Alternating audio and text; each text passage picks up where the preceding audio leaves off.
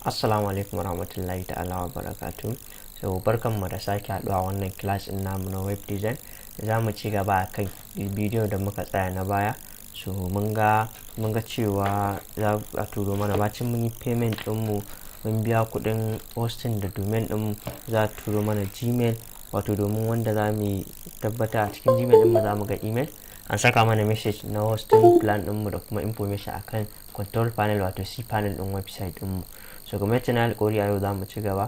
Na ce za ku ga Gmail ɗin da za a sa maku a cikin Gmail ɗinku, za ku ga smartweb.me, mai new account ɗin nan shine email ɗin da aka shiga. So daga lokacin da ka shiga message ɗinka za ku ga sun ce please read this email in full and print it for your record. Suna ma maganar cewa ka karanta wannan message ɗin a gabaki ɗaya, kuma idan da ma ka printing nasa ka ajiye shi.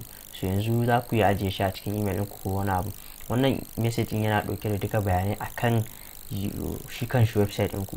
So muka scrolling za ku ga new account information nan muke bukata daga nan zuwa ƙasa. Sun gaya mana hosting package ɗin mu starter muka siya, ga domain ɗin wato shi kansa website ɗin an maka buɗe yanzu ba zai buɗe ba sakamakon mu saita masa C panel ba. So idan muka tashi sun gaya mana first payment ɗin mu ga abin da za mu biya kuɗin hosting ɗin mutum da monthly muka zaɓa 450. So anan sai mu la'akari da wani abu sun sa mana login detail. So username wannan su suka baka username ɗinka gashi, sai kuma password ga password ɗinmu wanda suka bamu wanda za mu shiga C panel ɗin control panel, wanda anan za mu ba wannan password ɗin ko wannan password ɗin ko username ɗin da muka buɗe a smart web bane, wannan na control panel ɗinmu ne, da shi za mu shiga cikin control panel ɗin website ɗin. Anan za mu installing Wordpress ɗin domin website ɗinmu ya buɗe kamar yanzu mun shiga nan website ɗin bayana. So abin da yake faruwa sai mu zo ga wannan name server na su kai su za su saita maka daɗin smart web kenan. Wasu hosting companies kai za ka saita name server ka, so amma su wannan babu ruwansu. Information key din anan ne dama daga nan zuwa nan. So control panel za su sa maka link ɗinka na control panel da aka shiga. So bacin mun buɗe website ɗin mu za su nuna mana yace za mu ƙara shiga control panel ɗin mu. So in muka danna sai mu danna wannan mu shiga control panel ɗin mu, za mu ga inda zai buɗo mana. So kun ga C panel ɗin wato shine control panel na website ɗin mu. An ce mana mu sa username mu sa password, sai mu dawo cikin Gmail ɗin, sai mu dawo cikin message ɗin da aka turo mana. Ga su za su yi mana creating username da password ɗin, ba kai za ka yi ba.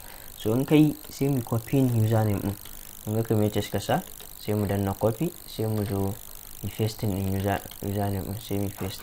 In muka pasting gashi sai mu ɗauko password ɗin da suka sa mana, shi ma sai mu copy ɗinsa tun daga nan.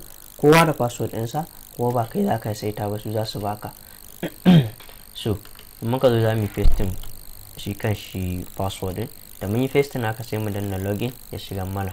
So za mu jira, kun ga alhamdulillah login successful redirecting, yanzu zai kawo mana cikin C panel ɗin. To anan za mu installing website ɗin mu ya zama active ya hau kan saba duk duniya a ganshi. So sai mu dawo sai mu to in muka shigo C panel za ku ga yaka, sai mu rika tafiya a hankula mu jawo ƙasa. So za mu zo gun da aka rubuta yawwa gashi nan. So za mu gani gun script din nan gashi inda aka rubuta wani app installer. So akwai Wordpress, akwai Joomla, dama na gaya muku content management system tana da akwai Joomla a ciki. So ga Wordpress, so abin da yake faruwa sai ku danna Wordpress din nan, anan za mu install. So muka jan clicking Wordpress. So daga lokacin da muka yi clicking Wordpress din zai buɗo mana nan page din, wato za mu ga inda za mu installing shi kan shi Wordpress ga nan da aka sa install. So sai mu taɓa shi.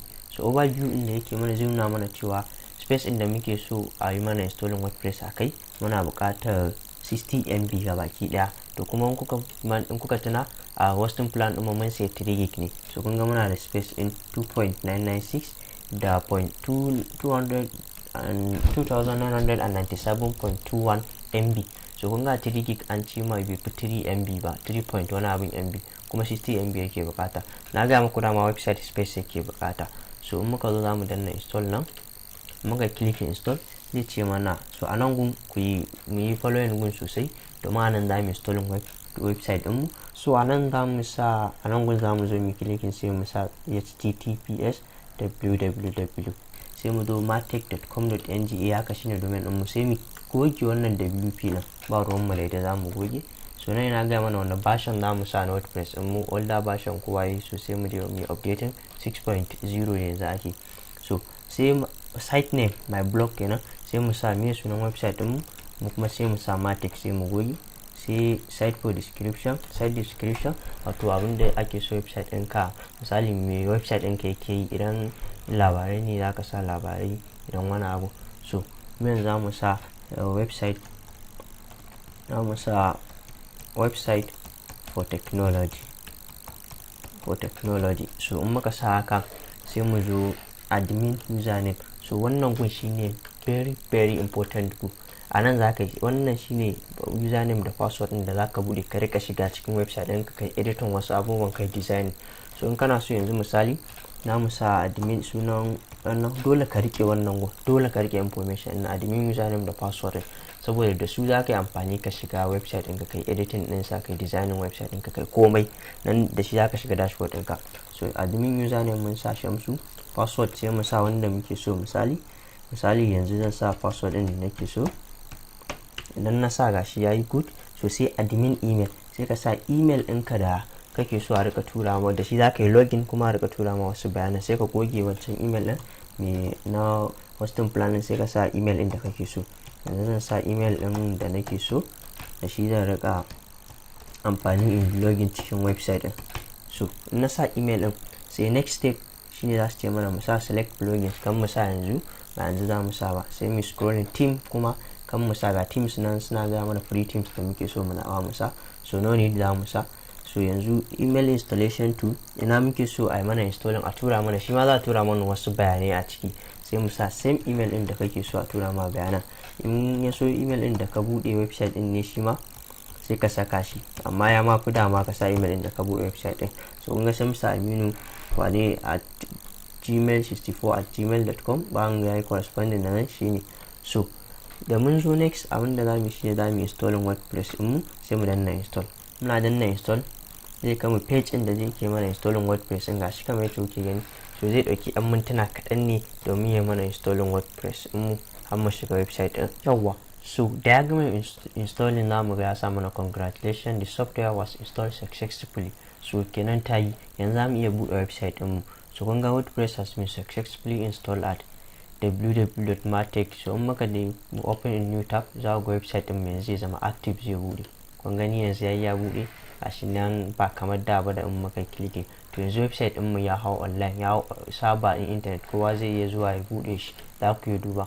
So administrative URL, wannan gun admin da za ka yi login cikin dashboard ɗinka, kamar yadda na ce mutum ya sa dashboard ɗinsa ya sa password ɗin. So gashi nan bari in nuna muku yadda za mu shiga cikin password ɗin ma gabaki ɗaya, cikin dashboard ɗin gabaki ɗaya. So a nan gun mun gama yanzu da cPanel, mun gama da smart web. So mun yi installing hosting ɗin mu, website ɗin mu yanzu ya zama active. Yanzu website ɗin mu ya zama active, kowa da kowa zai iya zuwa ya searching website ɗin mu ya gani. So yanzu misali in za mu dawo cikin cPanel ɗin mu, za mu fara zuwa mu zo misali nan go za mu sa www.matic sunan website ɗin namu .com.ng// sai mu sa cPanel. So a nan gun da muka je muka installing WordPress ɗin mu, so kun ga ya buɗo mana cPanel ɗin mu, za mu sa wannan username da sauran password ɗin. So amma yanzu ba nan muke ba. So yanzu abin da zai mu faru za mu yi shine da za mu shiga mu designing website ɗin namu da kanmu.